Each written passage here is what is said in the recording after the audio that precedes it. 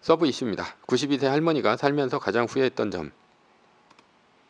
현대인의 삶은 분업이 되면서 일이 재미없어졌습니다. 유식한 말로 소외되었죠. 자동차 전체를 만드는 것이 아닌 하루 종일 나사만 조이니 일을 하는 것이 주는 것이 돈을 벌어다 주긴 하지만 일을 하면서 성취해 나가는 기쁨이 없어졌다는 얘기입니다. 우리의 일과는 대부분 회사에 출근하고 그 일에 녹초가 됩니다. 결국 퇴근해서 씻고 맥주 마시며 넷플릭스를 보다가 일과를 끝냅니다. 그리고 이러한 일과가 지속적으로 반복이 됩니다. 이런 일이 반복되면 어떻게 됩니까? 인간의 뇌는 같은 일을 반복하면 기억하지를 못합니다. 즉 우리가 죽을 때 80년을 살았어도 같은 날에 지속적인 반복이 있었기에 하루를 산 것이나 다름이 없습니다. 그러니 우리는 80년을 살았어도 하루를 산 것입니다. 무료한 A4지와 같은 깨끗한 삶의 반복입니다. 대학교 1학년 때 교양영어 교과서에 실린 글이 있었습니다. 정확히는 알 수 없지만 그 글의 줄거리는 대충 이렇습니다. 비버가 있었습니다. 놀기를 좋아하는 청년 비버입니다. 젊고 잘생겼습니다. 그래서 여자 비버들에게 인기가 많았습니다. 하라는 일은 안 하고 여자 비버들과 하루 종일 놀았습니다. 여자 비버 중 하나가 그에게 청혼을 했습니다. 젊고 예쁜 비버였습니다. 단 조건이 있었습니다. 지금까지의 방탕한 생활을 끊고 열심히 일을 해야 한다는 조건이었습니다. 아내도 생기고 아이도 생기는데 열심히 일을 안 하고 놀기만 하면 곤란하지 않겠습니까? 그런데 예상과는 달리 젊은 비버는 그 청혼을 거절했습니다. 그리고 청혼을 한 예쁜 여자 비버와는 아는 오빠 동생 사이로 지내기로 했습니다. 예쁜 여자 비버는 젊은 비버 대신 늙고 못생겼지만 열심히 일하는 늙은 비버를 택해 결혼을 했고 아이도 낳았습니다. 늙은 비버는 나뭇가지로 댐을 막아 물고기를 잡았는데 아이가 생기자 댐을 여러 개 만들어 이전보다 더 열심히 일을 했습니다. 그러다 늙은 비버는 과로로 죽고 말았습니다. 그리고 그 교과서에 실린 교훈은 인생은 열심히 일만 하면 안 된다라는 것이죠. 반전이었습니다. 원래 교과서에 이런 글이 왜 실렸는가에 대한 생각이 들었고 담당 영어 교수는 열이 받아서 씩씩댔습니다. 뭐 이딴 글을 교과서에 싣고 자신 보고 가르치라 했는지 모르겠다며 화가 안 풀렸는지 얼굴이 벌개졌습니다. 저도 그 글을 읽고 그 정도는 아니었지만 왜 이런 교과서에 이런 글이 실렸는지 의문이었습니다. 어느 날이었습니다. 동네 잘 알고 지내던 이웃집 아저씨가 돌아가셨습니다. 이 아저씨 성실하기로 소문난 아저씨입니다. 직업은 건설회사 일용잡부입니다. 전문용어로 노가다죠. 어느 정도 성실하냐면 일은 물론 열심히 합니다. 그뿐 아니라 아내를 위해서 새벽에 일을 나가는데 밥과 반찬을 해놓고 나갑니다. 그 새벽에 말이죠. 펑펑 노는 아내를 위해서 말입니다. 애들 도시락도 다 쌉니다. 그리고 밤에 오면 밀린 빨래까지 했습니다. 주말에도 쉬지 않고 집안일이며 청소도 전부 도맡아 했고 아내는 노가다의 아내일 뿐이지만 여왕님 대접을 받았습니다. 이 아저씨는 매일 조그만 건설 현장만 다니다가 큰 건설 현장에서 일하는 현장으로 옮기고 얼마 지나지 않았을 때였습니다. 발을 헛디뎌서 2층에서 추락사하고 말았습니다. 그런데 보상금이 몇억 원이나 나왔습니다. 작은 현장이었으면 상상도 못할 보상금입니다.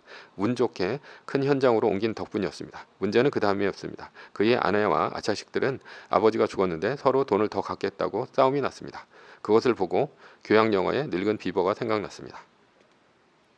요즘 인터넷에 돌아다니는 짤입니다. 92세 할머니가 살면서 가장 후회했던 점입니다. 원문 그대로 옮기겠습니다. 제가 사투리를 못하는데 원문 그대로 읽겠습니다. 애주중지 키운 자식도 지 가정 차리면 그만이요. 열심히 모은 돈 죽을 때까지 가지고 갈 거요. 왔을 때처럼 빈손으로 가는 거요. 그놈의 인생이 뭐 이리 아득바득 살았는지 연병. 이 할미가 진짜 억울한 건 자식놈 뒷바라지 한다고 돈이 있어야 노후 편하다 해서 억척같이 모았는데 이제 좀 놀아볼까 했더니 연병. 이것저것 안 쑤시는 곳이 없어. 젊은 사람들 말맹키로 인생은 타이밍인 것이었다. 이 글을 읽는 너도 인생 너무 아끼지 말어. 주변 사람에게 너무 희생하지 말고 내 인생 살아. 행복은 나중으로 미루면 돈처럼 쌓이는 게 아니라 연기처럼 그냥 사라지는 거요. 그러니 하루하루 닥치는 대로 행복하게 살아. 사소한 일에도 기뻐하고 누릴 수 있는 행복에 최선을 다하며 살아. 뭐 큰일 하느니 순가한 일 하느니 연병 떨지 말고 뭐가 되었든 너부터 잘 살아. 그게 최고의 삶이야. 92세 할머니가 살면서 가장 후회했던 점. 마지막에 웃는 놈이 좋은 인생인 줄 알았는데 자주 웃는 놈이 좋은 인생이었어. 요즘 우리 엄마도 자주 하는 말입니다. 이제 좀 살만하니 안 쑤시는 곳이 없다고 말입니다. 100억대 부자가 있습니다. 92세 할머니의 말처럼 수십 년을 컴퓨터 모니터 앞에서 주구장창 주식만 했습니다. 그리고 100억 원을 모았습니다. 그런데 100억 원을 모으니 1000억 원을 모을 욕심이 났습니다. 그래서 1000억 원대 부자들을 수소문해서 선물도 주고 점심도 사주면서 그들의 노하우를 들으며 전국을 돌아다니고 있습니다. 그런데 이 1000억 원대 부자들이 하는 말은 한결같습니다. 돈 모으느라 좋은 시간 다 보내지 말고 자신의 인생을 살라고 말입니다. 그래서 주변을 돌아보니 몇백억대 부자들이 있었는데 그들이 최근에 코로나로 세상 많이 떠났습니다. 그러니 인생의 허무함을 느꼈습니다. 몇백억대 부자도 죽으면 끝이고 죽은 사람만 불쌍하다. 어느덧 거울 앞에 서니 늙고 초라한 자신의 모습만 보일 뿐입니다. 돈을 모으느라 젊은 청춘 다 보낸 게 이제 와서 너무 아쉽다고 했습니다. 예전으로 돌아간다면 10억쯤만 모으고 인생을 즐기겠다고 했습니다.